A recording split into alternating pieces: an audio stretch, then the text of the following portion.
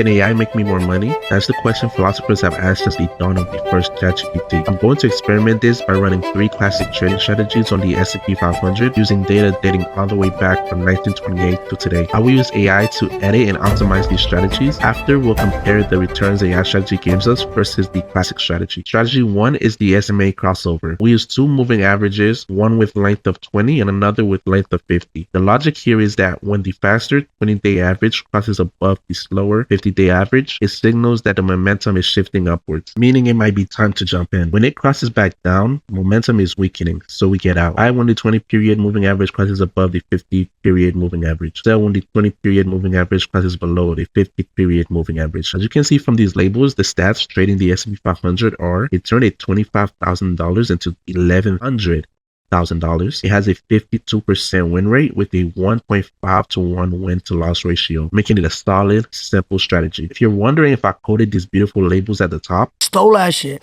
I'll share the code on my Discord, which you can find in the description. With so many AIs out there, I didn't know which one was the better gambler, so I decided to use the big boys: Claude, ChatGPT, and Gemini. Here's the prompt. You're a quantitative trading assistant with the sole objective of optimizing this strategy. You can't cheat, no repainting, no future data, and no curve fitting nonsense.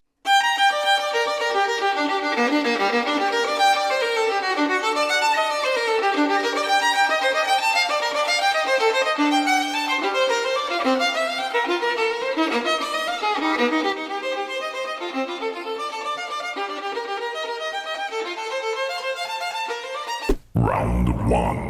I've finished fitting the AIs. Now let's see if their optimization can actually beat the classic SMA crossover. First up, we have ChatGPT. Right away, the results are worse than the original strategy. They only made $9,000 with a 47% win rate and a 1.4 to 1 win-loss ratio. What likely happened here is an over-optimization. Too many conditions were added, which overcomplicated the strategy and caused it to barely trade at all. Only 72 trades over multiple decades. Next up is Claude, and whoa, this is a solid improvement. P&L went up nicely while the win rate stayed the same. Look at the risk reward. The win-loss ratio up from 1.5 to 1.7. Looking at the code, Claude did something similar to ChatGPT by adding filters, but the key difference is restraint. The filters weren't so aggressive that they killed the trade frequency. The strategy still trades enough to keep its edge, and that is good optimization. Now let's see if Gemini can beat this. Alright, we've got something interesting here. Even though total P&L dropped and the win rate came down, the win-loss ratio got a solid boost. That's likely due to the addition of a 200-period SMA. That reduced the number of trades but increased the trade quality. Fewer entries but bigger wins when they hit. Props to Gemini for keeping it simple with just the addition of the 200 SMA. That said, even though this improvement was solid, Claude still takes this round. Our next strategy is an RSI strategy. RSI, or Relative Strength Index, is an indicator that tells you whether a stock is overbought or oversold. It is one of my favorites. I use it in one of my personal strategies, which has a win rate of over 80%. If you want me to break that strategy down in a separate video, drop a comment down below. The classical RSI strategy we're testing today is straightforward. Buy when the RSI drops below 20, sell when the RSI rises above 70. Simple but surprisingly effective. This strategy made over $40,000 with a solid 63% win rate. The win-loss ratio comes in at 0.79 to 1, which isn't amazing on its own, but that's expected for a higher win rate strategy. In my experience, win rate and win-loss ratios act like a seesaw. When one goes up, the other one usually comes down. Higher win rate typically means smaller winners, and the higher win ratios usually comes in with lower win rate. That's just the trade-off.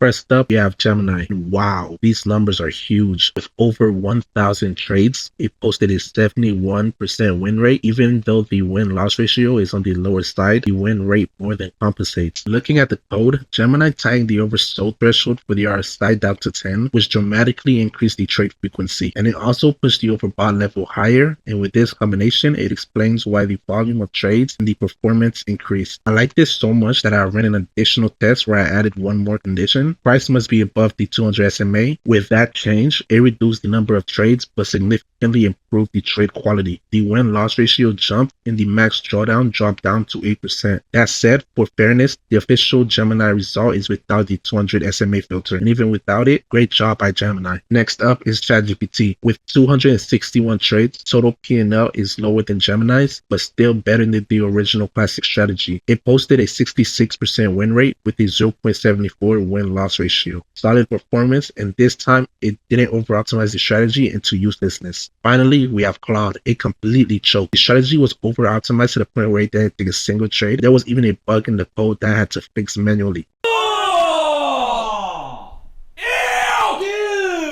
Definitely not a Claude best showing. So this round goes to Gemini. Even without my SMA modifications, Gemini came ready for business and ChatGPT is still lagging behind. Let's see if the next strategy changes that. The 200 SMA. We've mentioned this trend line all throughout this video and for a good reason. It's goated. This strategy is probably the simplest one yet. Buy when the price crosses above the 200 SMA, sell when the price crosses below it. And look at those numbers. A massive 118,000 total P&L, a 45% win rate, a 3-to-1 win-loss ratio, and a 7% max drawdown. That's the best looking strategy so far. Let's see if AI can make this even better.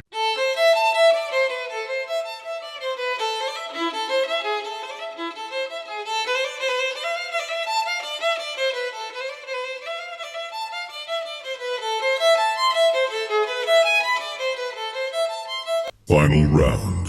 First up this round is Claude, and honestly, this is really good. Total P&L increase, win rate jumped to 53%, and the win-loss ratio came to 2.39 to 1. Claude clearly prioritized win percentage over raw ratio, and it paid off. Looking at the code, it added a threshold to reduce noise, which explains the improvement. Next is Gemini. Interesting results here. Total P&L dropped, but the win rate climbed nicely to 59%. The trade-off is obvious though. The win-loss ratio fell down to 1.4 to 1. Gemini used close-based thresholds similar to Claude, but it also added a trailing stop. That's a smart addition even if it sacrificed some upside. Last but not least, ChatGPT. This one takes the round. Total P&L jumped to 136,000. The win rate increased to 48%, which is 3% higher than the original strategy. And look at that win-loss ratio, 3.18 to 1. On top of that, max drawdown dropped to just 4%, which is the real cherry on top. It looks like ChatGPT added a volatility filter, and that change worked extremely well for it. So can AI make you money from these tests? Yes, but only if you use it correctly. AI isn't the edge, it's a tool, one that helps you test, refine, and stress test strategies.